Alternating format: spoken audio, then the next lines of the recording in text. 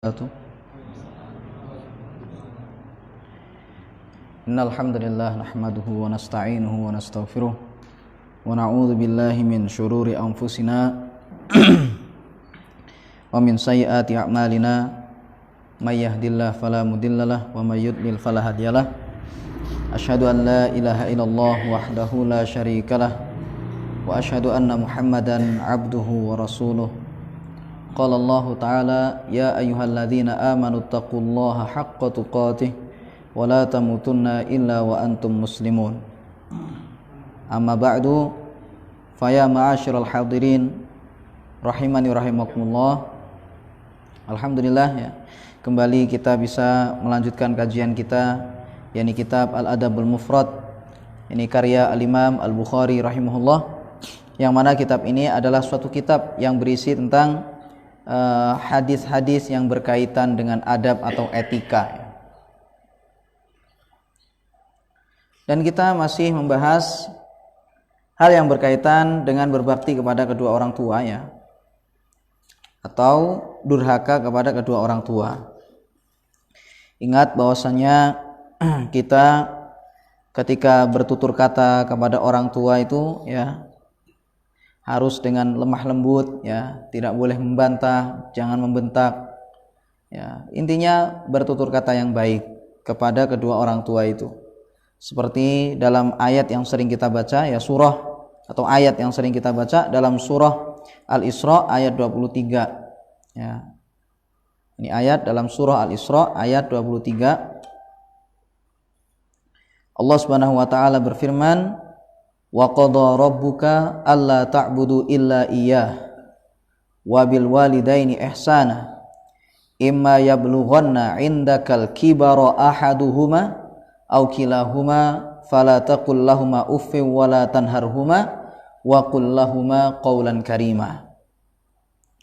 Rabbmu yakni Allah telah memerintahkan, memberikan keputusan agar kalian tidaklah beribadah kecuali kepadanya, dan agar kalian berbuat baik kepada kedua orang tua kalian. Apabila salah satu dari kedua orang tua kalian atau keduanya telah mencapai usia tua ya, usia yang sudah senja gitu ya, usia tua, fala taqul lahumā uffin, maka janganlah kamu mengatakan kepada keduanya itu uf ya, wala tanharhuma, dan janganlah kalian menghardik keduanya, wa qul lahumā qawlan karīmā, tetapi hendaknya kalian ucapkan kepada keduanya dengan tutur kata yang mulia ya, tutur kata yang sopan. Nah, adapun di kesempatan ini jamaah sekalian, kita masuk pada bab yang ke-14 ya, insyaallah ya. Bab yang ke-14. Pada bab yang ke-14 ini Al-Imam Al-Bukhari rahimahullah mengatakan babu atau babun ya, babun la yasubbu walidayhi. Bab pembahasan tentang jangan sampai mencaci maki orang tua ya, jangan mencaci maki orang tua. Insyaallah sudah sering kita singgung jemaah sekalian dalam masalah ini, tetapi tidak masalah ya, kita ulang-ulang ya, kita kembali mengingatkan dalam masalah ini. Pada hadis yang ke-27 Al-Imam Al-Bukhari rahimahullah mengatakan, haddatsana Muhammad ibnu Katsir qala akhbarana Sufyan qala haddatsani Sa'ad ibnu Ibrahim an Humaid ibn Abdurrahman an Abdullah ibn Amr qala qala an-nabiy sallallahu alaihi wasallam minal kabairi an yashtima ar-rajulu walidayhi. Kata Imam Al-Bukhari rahimahullah telah mengajarkan kepada kami Muhammad bin Katsir, dia berkata telah mengabarkan kepada kami Sufyan, dia berkata telah mengajarkan kepadaku Sa'ad ibnu Ibrahim dari Humaid bin Abdurrahman dari Abdullah bin Amr, dia berkata Nabi SAW bersabda, termasuk dosa-dosa besar seseorang mencaci maki kedua orang tuanya. Ya, termasuk dosa besar seseorang mencaci maki kedua orang tuanya. Jadi jamaah sekalian, kalau seandainya mengucapkan saja ya sama orang tua itu sudah merupakan dosa besar, maka apalagi mencaci maki orang tua. Mengatakan misalnya, gimana sih ibu ini, gimana sih ayah ini, salah ayah itu, ya, gak bener ibu itu, ya, misalnya mengatakan seperti itu. Jadi ini berkata yang tidak sopan kepada orang tua atau merendahkan orang tua. Ibu ini gimana, kok gak bisa-bisa, ya, misalnya. Ya, ini termasuk dosa besar. Ya, perkataan semacam itu kepada kedua orang tua itu adalah merupakan dosa besar. Nah, di dalam hadis ini Nabi SAW jelaskan termasuk dosa besar. Dari sekian dosa besar yang banyak itu, ya, dari sekian dosa besar itu, di antaranya adalah seseorang mencaci maki, ya, kedua orang tuanya. Faqalu, kemudian para sahabat bertanya, kaifa yastimu? Kata para sahabat, bagaimana mungkin seseorang itu mencaci maki orang tuanya? Karena di zaman para sahabat hal semacam ini sangat hampir tidak dijumpai. Ada seorang anak mencaci maki orang tuanya, hampir tidak dijumpai. Ya, makanya di situ para sahabat heran ketika Nabi SAW mengatakan termasuk dosa besar, yaitu apa? Seseorang mencaci maki orang tuanya. Nah ini, kok bisa Rasulullah ngomong kayak gitu? Padahal di tengah-tengah mereka itu, di tengah-tengah para sahabat hampir tidak dijumpai seseorang yang mencaci maki orang tuanya. Qala, kemudian kata Nabi SAW, yashtimur rajula fayashtimu abahu wa ummahu. Kata Nabi SAW, yang demikian itu adalah seseorang mencaci maki orang lain, kemudian orang itu yang dicaci maki tadi mencaci maki ayah dan ibunya dia.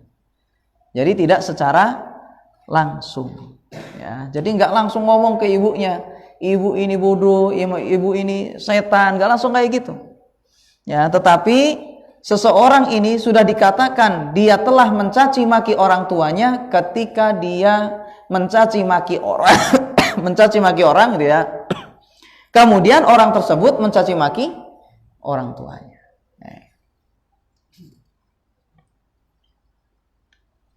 Nah, jamaah sekalian,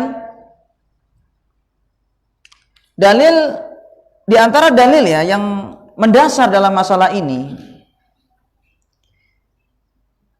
yaitu adalah dalam Al-Qur'an Allah Subhanahu wa taala berfirman, "Wala tasubbul ladzina yad'una min dunillahi fayasubbullaha aduwan bighairi ilmin."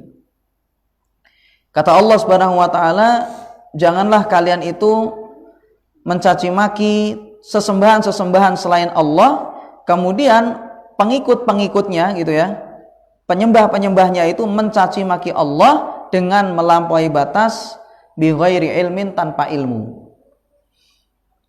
Apa kaitannya dengan hadis tadi? Ada yang disebut oleh para ulama namanya saddud dzara'i. Ya, ada namanya saddud dzara'i. Atau misalnya dalam suatu kaidah ya, al-mutasabbibu lahu ahkamul mubashir.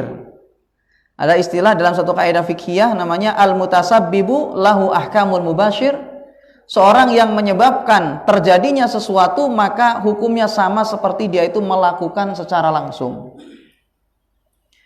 Kalau di dalam hadis tadi jemaah sekalian, seorang itu sudah dikatakan sebagai orang yang mencaci maki orang tuanya meskipun tidak secara langsung. Ya, seorang itu sudah dikatakan mencaci maki orang tuanya meskipun tidak secara langsung. Tetapi dia itu menyebabkan seseorang itu mencaci maki orang tuanya. Maka dia itu dianggap ya, dia itu dianggap sama seperti mencaci maki orang tuanya secara langsung. Antum misalnya tengkar sama orang gitu ya, misalnya ya, naudzubillah min dzalik ya, semoga ini enggak terjadi. Jadi misalnya ada seorang tengkar sama orang lain, tokaran bu masalah apa enggak ngerti, bu masalah harta, bu masalah opo lah pokoknya enggak ngerti. Tokaran, Kemudian habis itu ada yang satu ini mencaci maki orang ini. Dasar kamu jelek, dasar kamu bajingan. Ya, naudzubillah min dzalik. Misal ngomong seperti itu. Nah, orang ini ngomong sama orang ini, dasar anaknya setan kamu itu. Dasar kamu itu anaknya bajingan. Ya, ini berarti dia ini sedang mencaci maki siapa? Orang tuanya orang ini kan itu kan. Kalau seandainya dia ini anaknya bajingan, berarti orang tuanya ya bajingan kan itu kan. Kalau dia menganggap bahwa dasar kamu itu anaknya setan, berarti menganggap orang tuanya itu adalah setan. Nah, orang ini jamaah sekalian yang menyebabkan orang tuanya itu dicaci maki oleh orang, maka sama saja seperti orang ini mencaci maki langsung kepada siapa? Orang tuanya langsung. Makanya kita ini harus menjaga sikap. Ada namanya saddud dzara'i. Tindakan preventif bahasa kita. Kurang lebih seperti itulah. Jadi jangan sampai kita ini menimbulkan perbuatan-perbuatan yang terlarang. Kita ini dilarang ya menimbulkan hal-hal yang terlarang. Misalnya kata para ulama gini contohnya, termasuk saddud dzara'i itu. Buang sampah sembarangan, misalnya ya. Buang sampah sembarangan. Gara-gara buang sampah sembarangan apa yang terjadi? Ada orang kecelakaan. Ya, kita misalnya buang sampah nih sembarangan, buang kulit pisang, kulit semangka misalnya di tengah jalan. Misal ini. Ketika kita buang di tengah jalan itu ada orang kepleset. Ada orang kepleset, kemudian orang itu kakinya patah. Patah atau mungkin naudzubillah min dzalik mati misalnya. Maka orang yang membuang sampah sembarangan ini sama saja seperti mematahkan langsung orang yang kepleset tadi. Paham jemaah? Kalau seandainya mati, maka sama saja orang yang membuang sampah secara langsung ini telah membunuh orang yang kepleset tadi itu. Ini hati-hati jemaah sekalian. Kadang itu kan remeh kan? Kita pikir itu kan remeh. Kayak buang kulit pisang di tengah jalan. Ya pikir kita ya itu sesuatu yang biasa. Tapi kita tidak tahu akibatnya itu. Kalau seandainya ada orang kepleset, kemudian habis itu dia patah, sama seperti kita mematahkan langsung kakinya dia. Ya, zalim sama orang lain itu. Kalau seandainya ada orang mati, ya gara-gara kepleset tadi itu misalnya, maka sama seperti orang yang membuang sampah sembarangan ini seperti membunuh orang yang kepleset tadi itu. Ya, sama saja dosanya itu sama saja seperti dia melakukan langsung. Ya, dosanya sama seperti dia itu melakukan langsung. Nah, kemudian juga misalnya termasuk ini namanya saddud dzara'i. Ya. Seorang misalnya kencing di tempat umum. Ya, kencing di tempat umum. Misalnya ada tempat-tempat yang memang biasanya orang itu berkumpul ya. Tempat biasanya apa? Orang itu berkumpul. Kemudian habis itu ada seorang kencing di sana. Kencing di tempat orang biasa berkumpul itu. Nah, kalau seandainya jamaah sekalian, orang ini misal ya, ada orang duduk di situ, oh kok ini kok pesing ini, kok ada orang kencing di sini. Kemudian habis itu orang itu melaknat orang yang kencing di sana tadi itu, di tempat umum itu. Maka sama saja seperti orang yang kencing ini telah melaknat dirinya sendiri. Paham kira-kira?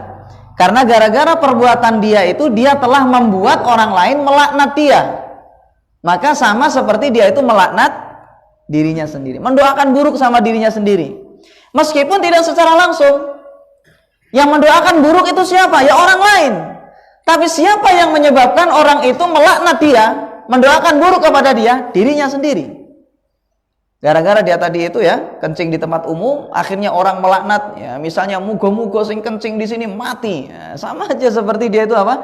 Mendoakan dirinya sendiri mati, karena membuat orang lain itu mendoakan dirinya keburukan. Nah ini. Jadi ini hati-hati yang hal semacam ini ya. Jangan sampai kita ini mudorot, terkena mudorot gara-gara ulah kita sendiri itu, sembarangan ya, kencing sembarangan kayak gitu itu. Ya. Kemudian juga misalnya ini juga sesuatu yang terlarang. Kita ini penampilan misalnya ya, itu yang layak. Ya, penampilan itu yang layak. Jangan sampai membuat orang lain itu mencaci maki kita. Misal ya, ada kadang kita itu sudah celananya bagus dibikin bolong-bolong. Ya, misalnya ya, celana sudah bagus digunting, ya, dibolong-bolongin kayak gitu itu. Akhirnya apa ya? Orang mencaci maki kita. Ya. Orang ngomong apa? Wah, berandalan itu. Ya kan? Oh, ini anaknya orang nggak bener ini. Kan itu kesannya kan? Itu sama saja seperti kita ini ya, sama saja kita ini telah mendoakan diri kita ini keburukan. Gara-gara perbuatan kita ini, gara-gara penampilan kita nggak benar, maka akhirnya ada orang yang ngomong nggak benar sama kita. Maka sama aja sudah, kita ini mencaci maki diri kita sendiri, atau mendoakan buruk kepada diri kita sendiri. Karena perkataan seseorang itu jamaah sekalian, itu akan diamini oleh malaikat. Hati-hati itu. Perkataan seseorang itu akan apa? Diamini oleh malaikat. Kita ngomong apa saja itu jamaah sekalian, itu malaikat itu bilang amin. Makanya kita sampaikan kemarin itu kan, kalau sama anak, sama harta itu jangan mendoakan yang buruk-buruk, doakan yang baik-baik saja gitu. Karena di sana ada malaikat yang mengamini. Nah, sekarang di sini kita yang membuat orang lain itu ngomong buruk sama kita kan itu. Gara-gara kita tadi itu berpenampilan nggak baik. Maaf, misalnya ya, pakai anting. Ini kan ciri-cirinya orang baik atau orang-orang nggak baik jemaah? Maaf ini ya, kalau ada ya maaf lah. Ya harus disampaikan yang kayak gini ini kan gitu. Setidaknya barangkali ada yang bisa ngetuk-ngetuk hatinya supaya bertobat kan gitu kan. Laki-laki misalnya bolongi telinga gitu kan. Akhirnya ya daftar jadi polisi pun nggak lulus akhirnya. Kan itu. Daftar apa-apa nggak lulus gara-gara seperti ini. Karena itu menunjukkan apa? Orang ini tidak baik. Dibolong, pikir kita ya nggak ada masalah, itu kan kuping saya sendiri gitu kan pikirnya kan. Ya bukan kupingnya kamu kok gitu kan. Begini kan gitu. Tapi tahu nggak kalau seandainya kita ini melakukan itu, kemudian ada orang ngomong buruk sama kita. Oh iya kan, itu kan bajingan. Ya akhirnya apa, sampai mati jadi bajingan. Gara-gara apa? Orang selalu mendoakan keburukan gara-gara perbuatan kita sendiri. Siapa yang membuat orang itu mendoakan buruk sama kita? Ya kita. Kan itu. Maka itu sama saja seperti kita ini mendoakan buruk terhadap diri kita ini sendiri. Sama saja itu sudah gitu. Makanya kenapa kok tobatnya orang itu lama? Ya, kenapa orang itu tobatnya lama? Ya gara-garanya ada kalanya seperti itu. Banyak orang yang ngomong buruk terhadap dia ini. Akhirnya apa? Nggak dikasih taufik sama Allah. Gara-gara doanya orang sekian itu. Lama akhirnya tobatnya itu. Nggak dikasih taufik oleh Allah untuk bertobat. Siapa yang menyebabkannya? Diri kita sendiri itu sudah. Ya, yang membuat kita ini dicaci maki oleh orang lain. Sampai-sampai jemaah sekalian dalam masalah ini ya, sampai-sampai dalam masalah ini kita dilarang untuk mencaci maki sesembahan selain Allah. Yang namanya berhala itu jemaah, saya tanya sama antum semua, berhala itu yang disembah oleh orang-orang kafir itu kira-kira terpuji atau buruk jemaah? Buruk atau terpuji? Buruk apa terpuji? Buruk. Ya kan? Buruk. Bahkan Allah sendiri juga mencela itu. Sesembahan-sesembahan selain Allah.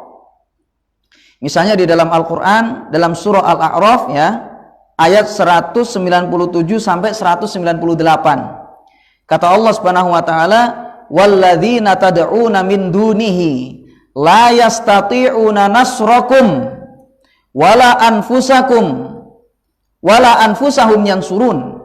Wa in tad'uhum ilal huda la yasma'u wa tarahum yanzuruna ilaika wa hum la yubsirun." Kata Allah Subhanahu wa taala, ya Allah menceritakan tentang betapa lemahnya sesembahan-sesembahan selain Allah. Kata Allah Subhanahu wa taala, dan orang-orang yang kalian seru selain Allah, yang kalian sembah selain Allah, mereka itu tidak mampu untuk menolong kalian. Yang namanya berhala-berhala yang disembah oleh orang-orang kafir itu nggak bisa apa-apa itu. Nggak bisa membantu kalian. Dan mereka pun juga tidak bisa membantu diri mereka sendiri. Berhala-berhala itu makanya ketika dihancurkan oleh Nabi Ibrahim, maka nggak bisa membela diri kan itu. Tidak bisa menyelamatkan diri mereka sendiri. Ketika dihancurkan oleh Nabi Ibrahim alaihissalam. Jadi mereka ini lemah. Apabila kalian seru kepada petunjuk, la yasma'u, mereka nggak bisa mendengar. Ya, jadi mereka ini yang namanya berhala-berhala itu, sesembahan-sesembahan selain Allah, itu ternyata tidak bisa mendengar. Berarti dia itu adalah makhluk yang lemah. Kemudian watarahum yanzuruna ilaika, kalian melihat kepada mereka itu melihat kepada kalian, ya, wahum la yubsirun, tapi ternyata mereka sebenarnya tidak bisa melihat. Kelihatannya seolah-olah seperti melihatin orang yang nyembah sama dia, tapi sebenarnya tidak bisa melihat. Ini penghinaan kan? Allah sendiri mencela sesembahan-sesembahan selain Allah. Allah menunjukkan bahwasanya sesembahan-sesembahan selain Allah itu rendah. Tetapi apa kata Allah Subhanahu wa taala dalam surah Al-An'am ayat 108? Kata Allah Subhanahu wa taala, "Wala tasubbul ladzina yad'una min dunillahi fayasubbullaha aduwan bighairi ilmin." Jangan kalian itu mencaci maki sesembahan-sesembahan selain Allah, kemudian pengikut-pengikutnya itu, orang-orang itu, mereka mencaci maki Allah tanpa ilmu. Jadi gini jamaah sekalian, mencaci maki berhala itu disyariatkan. Ingat ini, mencaci maki berhala itu disyariatkan.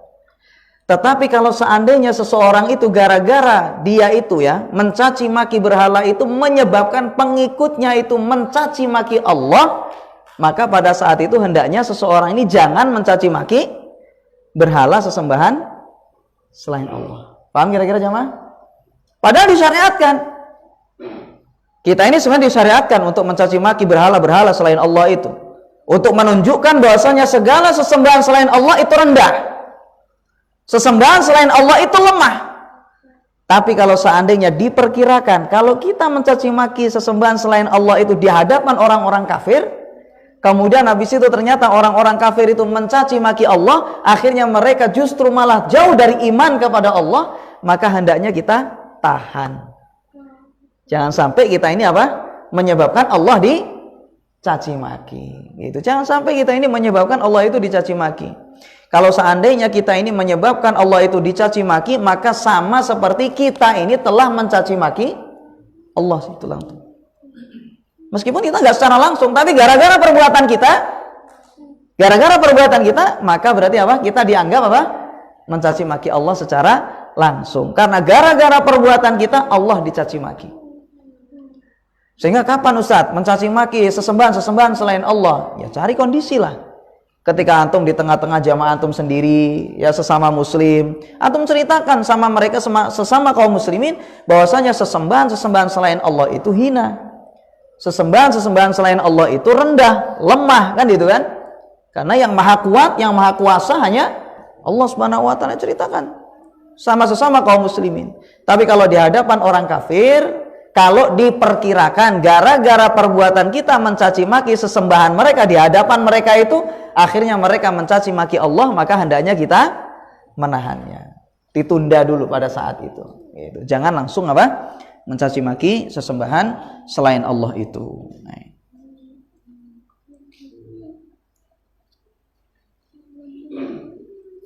Dan juga di antara faedah dari hadis ini jemaah sekalian,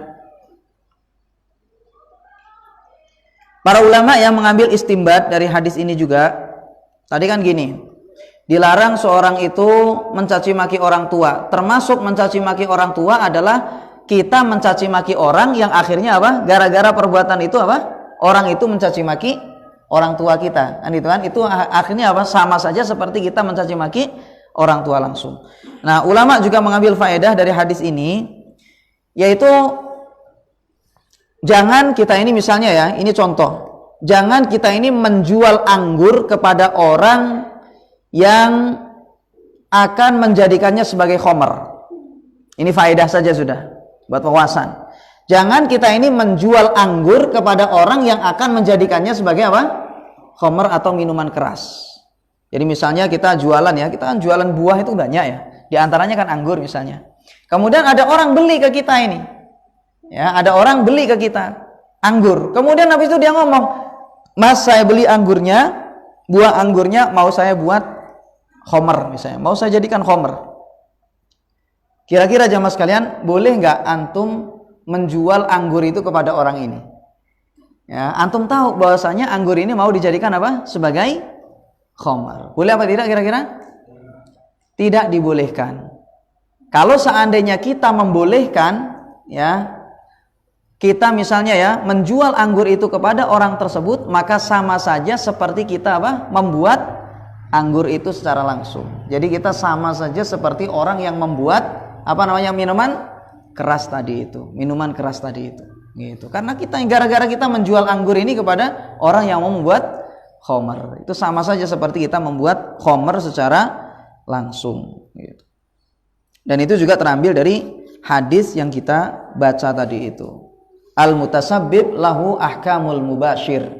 Jadi orang yang menyebabkan terjadinya sesuatu, maka sama saja seperti apa? Pelakunya langsung. Ada orang mau bunuh-bunuhan misalnya. Ini faedah juga dari hadis ini. Ada orang misalnya mau bunuh-bunuhan, antum lagi jualan pisau. Ada salah satu dari mereka itu beli pisau sama antum. Antum tahu bahwasanya kalau seandainya dia itu beli pisau sama antum, maka mau digunakan untuk apa? Membunuh. Mau digunakan untuk membunuh. Boleh nggak kira-kira jamaah sekalian? Kita menjual pisau sama orang ini? Oh, silakan, antum kan mau ngasih fulus sama ana. Ya, silakan, fadhol, mau dipakai apa? Barangkali nanti antum tobat di tengah jalan misalnya. Padahal kita tahu bahwasanya apa? Dia pasti akan membunuh saudaranya. Maka kalau seandainya kita menjual pisau ini kepada orang tersebut, maka sama saja. Kalau seandainya terjadi bunuh-bunuhan gara-gara pisau itu, maka sama saja seperti apa? Kita telah membunuh orang itu secara langsung. Jadi dosanya itu sama. Ya, karena gara-gara kita menjual pisau sama orang yang tengkar, maka terjadilah pembunuhan. Maka sama seperti kita ini apa? Telah membunuh orang itu secara langsung, meskipun tidak secara langsung. Ya, tapi hukumnya dosanya sama, kayak membunuh secara langsung. Dan masih banyak ya mas sekalian ya faedah yang bisa diambil dari hadis ini, dan juga insyaallah jenengan bisa mengembangkannya. Karena hadis ini juga sudah sering kita baca dalam masalah ini.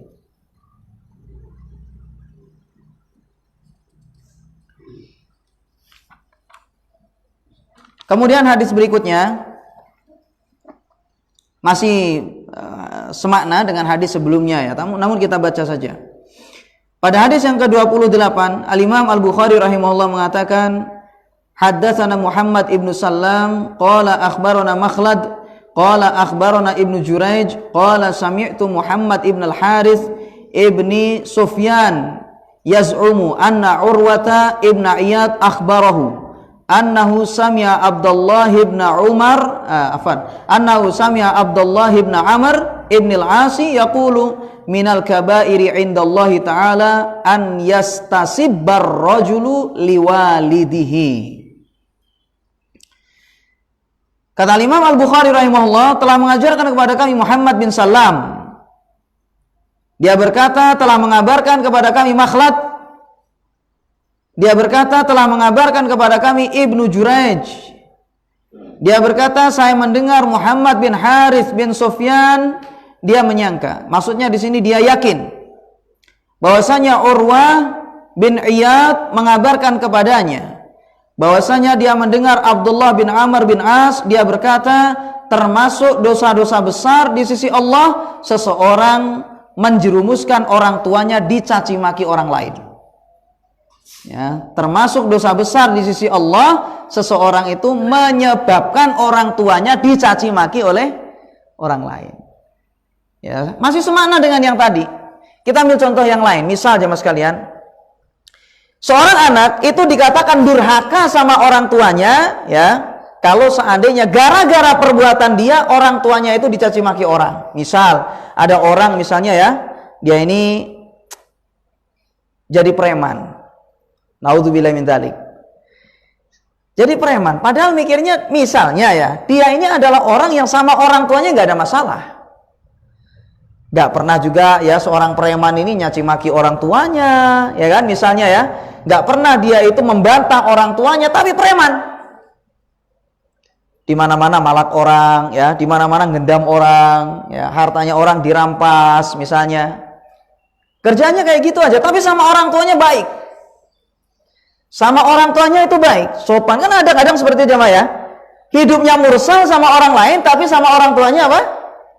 Baik. Ada seperti itu kadang. Pemabuk pun mungkin ya, naudzubillah min dzalik, pemabuk pun kadang ada yang baik sama orang tuanya. Kan itu kadang. Bahkan kadang ada orang rajin sholat, ya sama orang tuanya nggak sopan. Tapi pemabuk yang nggak pernah sholat sama orang tuanya sopan. Ada nggak kira-kira seperti itu? Ya ada saja.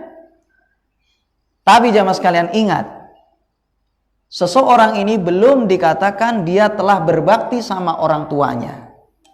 Kenapa demikian? Karena gara-gara perbuatan dia zalim sama orang, dia itu nggak pernah melakukan perbuatan baik kepada tetangganya dan seterusnya. Akhirnya gara-gara itu orang-orang pada mencaci maki orang tuanya. Maka sama saja orang ini apa? Selalu mencaci maki orang tuanya, dan dia berarti termasuk orang yang durhaka sama orang tua. Karena gara-gara perbuatan dia ini nama baik orang tuanya rusak, kan itu. Sama saja dia itu telah membakar nama baik orang tuanya itu gara-gara perbuatan dia. Makanya jangan sampai berpikir kita ini sudah baik, berbakti sama orang tua kita kalau kita masih tidak bisa menjaga sikap kepada orang lain. Meskipun sesopan apa kita ini sama orang tua, kalau seandainya gara-gara perbuatan kita ini orang tua nama baiknya rusak, itu sama saja kita belum apa? Berbakti sama orang tua. Sama tetangga nggak pernah nyapa. Misal ini ya, sama tetangga nggak pernah berbuat baik, tukaran terus sama tetangganya itu. Gara-gara itu akhirnya apa? Dia dicap keluarganya ini ya, keluarganya dicap sebagai orang yang buruk. Sama tetangga selalu tukaran. Misalnya ini, sama tetangga nggak pernah akur. Ya, akhirnya apa? Tetangga menganggap bahwasanya keluarganya mereka itu bukan keluarga orang baik-baik. Maka sama saja seperti orang ini telah durhaka sama orang tuanya. Meskipun dia sehari-harinya baik sama orang tuanya, tiap hari sopan sama orang tuanya, bahkan mungkin sungkem sama orang tuanya, tapi gara-gara perbuatan dia itu tidak baik sama tetangganya, maka membuat keluarga dia ini, nama baik ayahnya, nama baik ibunya rusak gara-gara perbuatan dia.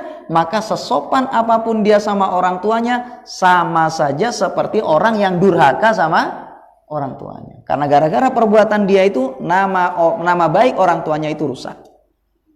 Jadi jangan dikira dosa itu jamaah sekalian ya remeh jamaah ya. Dosa itu ya berentet itu. Sering saya sampaikan itu, dosa itu berentet. Ya. Sama seperti misalnya orang berzina. Ini disebutkan oleh Imam Ibnu Qayyim rahimahullah. Dalam Ad-Dawa misalnya, orang berzina pikirnya dosanya dosa zina toh. Ternyata tidak. Kalau gara-gara perbuatan zinanya itu telah merusak nama baik keluarganya, berarti dia sudah dosa sama siapa? Keluarganya. Kan gitu kan? Karena gara-gara zinanya dia itu nama orang tuanya rusak. Bahkan mungkin nama tetangganya pun juga rusak. Kan gitu kan? Oh, kamu hidup di di kampung Arab itu ya. Gitu kan akhirnya kan? Akhirnya apa? Kampung Arab disebut. Oh, maklum ya, wong lateng. Mana jadinya orang? Dia pikir, oh zinanya itu ya sudah dosa zina selesai. Tapi tidak, dia sudah zalim sama orang sekampung. Bahkan dia kan kadang kalau orang Arab kan punya kabilah namanya ya. Punya marga, punya kabilah. Dia sudah dosa sama mereka semuanya itu. Ada orang zina misalnya. Zina, laki sama perempuan. Kemudian orang-orang ngomong, oh ternyata itu Bani Fulan itu. Nah, oh orang itu marganya Fulan. Akhirnya apa? Marganya dia disebut. Kena semuanya akhirnya itu. Jadi dia telah merusak nama baik marganya dia, kabilahnya dia, merusak nama baik kampungnya dia. Gara-gara perbuatan dia ini disebutkan oleh Imam Ibnu Qayyim rahimahullah. Bahkan mungkin bisa dikatakan dosa kepada orang satu negara ini. Orang berzina misalnya 2 kali, kemudian disiarkan di TV. Oh ternyata viral sampai ke luar negeri sana. Orang mana itu yang zina? Orang Indonesia. Berarti dosa sama siapa? Orang satu Indonesia ini. Gara-gara mereka berzina 2 orang ini, akhirnya orang satu Indonesia ini disebut oleh orang luar sana. Punya nama buruk akhirnya. Rusak nama baik negara kita. Nah, ini contohnya mas kalian.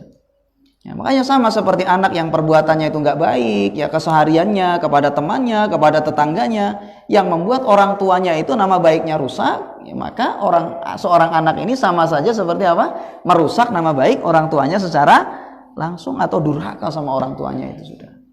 Gitu. Yang harus kita jaga. Makanya Islam itu benar-benar ya mengekang supaya orang itu berada di atas adab yang benar. Diajarkan di sini ya, sampai di situ bagaimana adab kepada keluarga, bagaimana adab kepada tetangga. Nanti ada kan di situ kan tentang adab kepada tetangga itu. Kemudian adab kepada tamu. Ya, bagaimana adab kepada tamu dijaga benar itu. Ya, supaya orang ini berada di atas syariat yang lurus, dan nanti dia dosanya juga tidak kemana-mana. Baik, jadi intinya jemaah sekalian dari hadis ini adalah termasuk dosa besar ya ketika seseorang itu ya melakukan perbuatan yang menyebabkan orang tuanya dihina atau dicaci maki. Ini termasuk dosa besar. Meskipun tidak mencaci maki langsung kepada orang tuanya. Ya, tapi gara-gara perbuatan dia itu sehingga merusak nama baik keluarganya atau orang tuanya, maka sama saja seperti dia merusak langsung nama baik orang tuanya.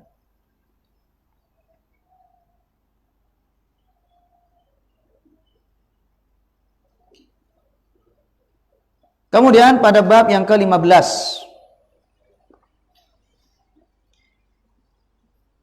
berkata Al-Imam Al-Bukhari rahimahullah, babu uquqi atau babu uqubati uquqil walidaini.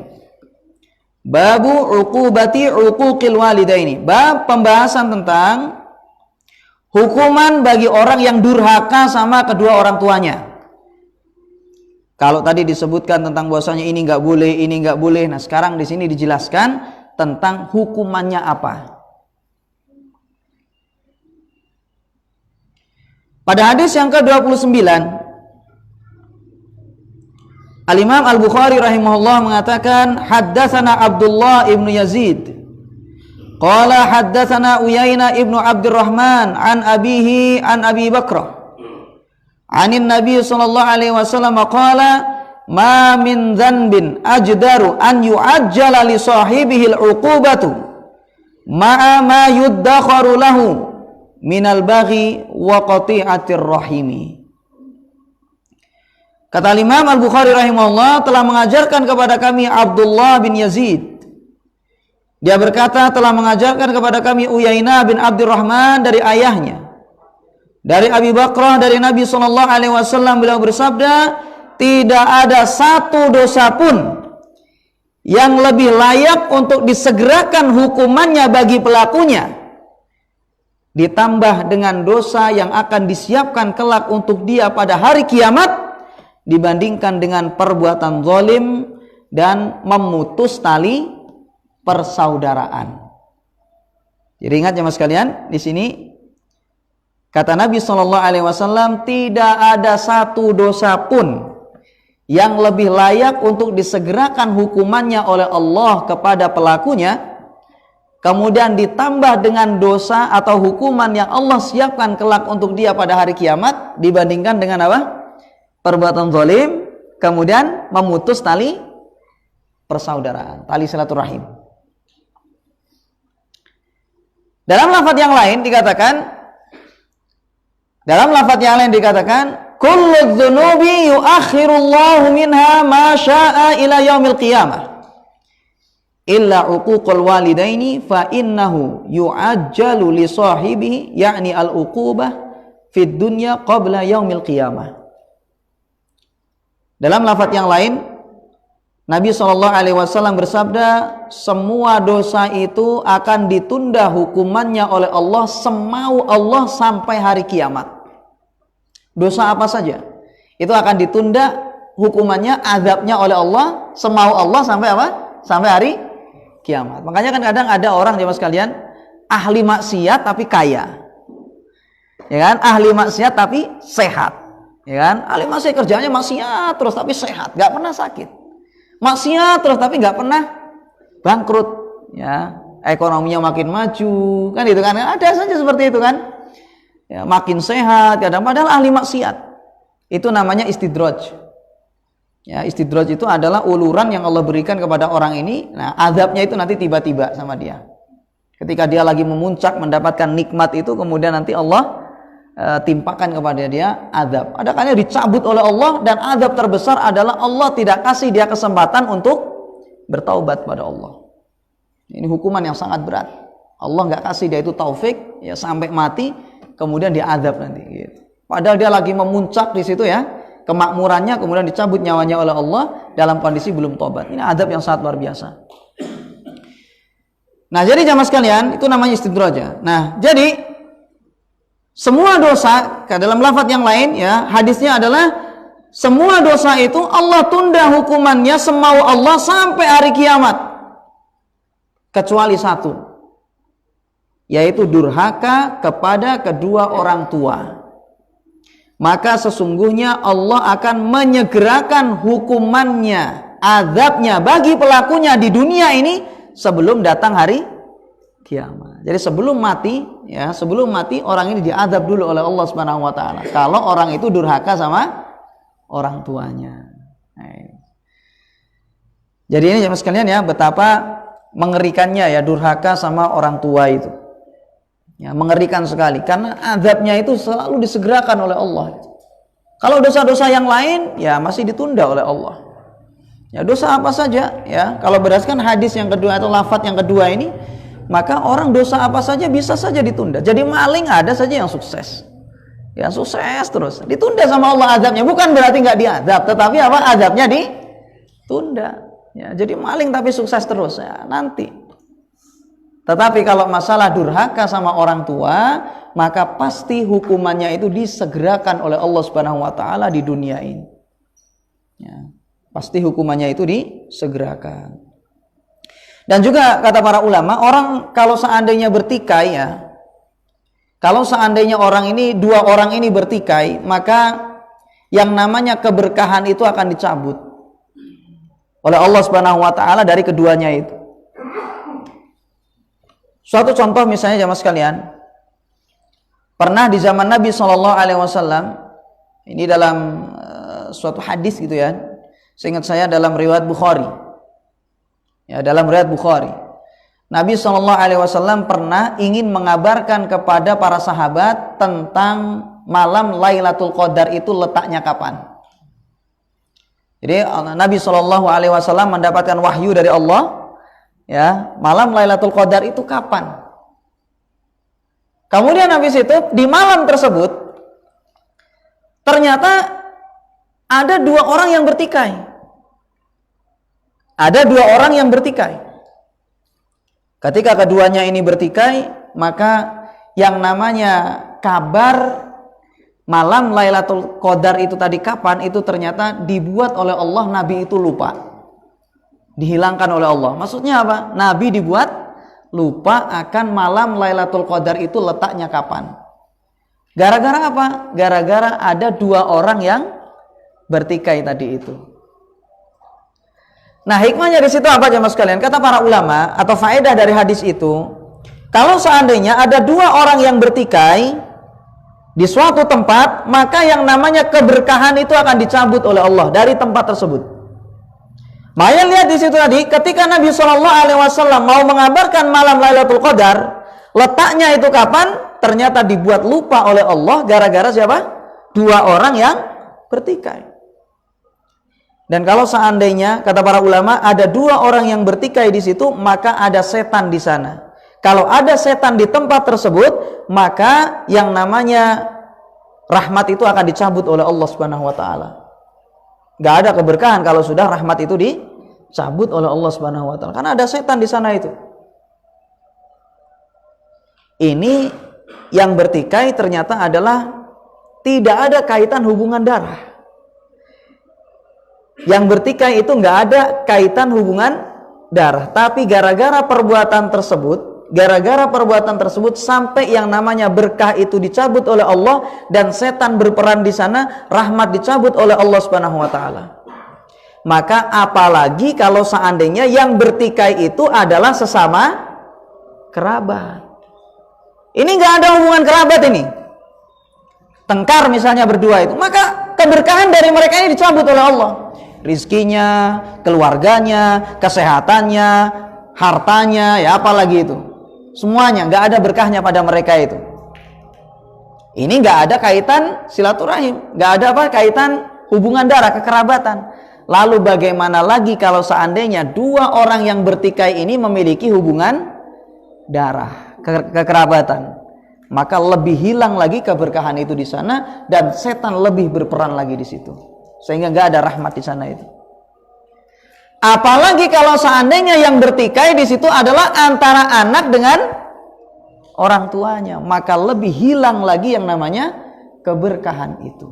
Kalau antara dua saudara saja ya, kakak sama adik tengkar, itu yang namanya kerabat itu dicabut, maka apalagi anak sama orang tuanya, lebih dicabut lagi itu keberkahannya oleh Allah Subhanahu wa taala. Makanya jemaah sekalian ya, kita ini ya,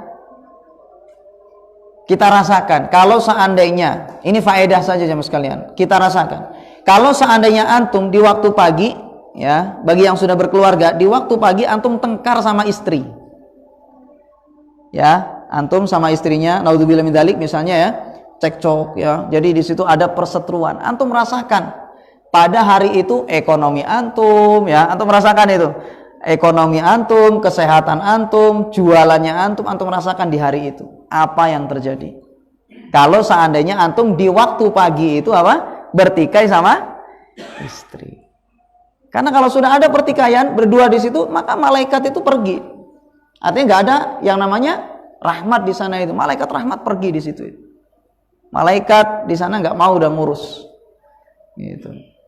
Nah kalau seperti itu bagaimana? Ya sudah, keberkahan nggak ada. Kalau keberkahan nggak ada, ya antum silakan lihat di situ bagaimana ekonominya, bagaimana kesehatannya, gitu ya. Bagaimana toko antum, bagaimana dagangan antum, bagaimana pekerjaan antum tambah tambah bikin gundah, tambah bikin tenang. Antum merasakan di situ. Ya. Bagaimana antum perasaan dalam pagi itu sampai dalam sehari. Ya, dalam sehari itu antum merasakan bagaimana ketenangan hati, bagaimana di situ kepuasan, rasa cukup dalam hati, antum merasakan itu. Kalau sudah tengkar sama istri, apalagi tengkar sama kerabat, apalagi tengkar sama orang tua. Nah, ini maka tentunya lebih dicabut lagi keberkahan itu dari mereka. Jadi ingat nih dalam hadis itu, tidak ada dosa ya yang paling layak untuk disegerakan hukumannya bagi pelakunya di dunia ini sebelum hari kiamat dibandingkan kecuali durhaka sama orang tua. Dalam riwayat yang lain disebutkan baghi, yakni zalim sama orang lain, kemudian memutus tali persaudaraan. Termasuk memutus tali persaudaraan yaitu adalah merusak hubungan baik antara dirinya dengan orang tuanya. Karena kita sama orang tua termasuk ada hubungan rahim, Mas, kan gitu kan? Bahkan terdekat kan itu, rahim terdekat ya orang tua kita itu sudah gitu. Misal juga dalam hadis terakhir ini, sudah habis waktunya, kata Nabi SAW, man sarrahu an yubsata lahu fi rizqihi wa yunsa'alahu fi atharihi falyasil rahimahu. Kata Nabi SAW, barang siapa yang ingin dipanjangkan umurnya, kemudian diluaskan rizkinya, maka sambunglah silaturahim. Sambunglah silaturahim.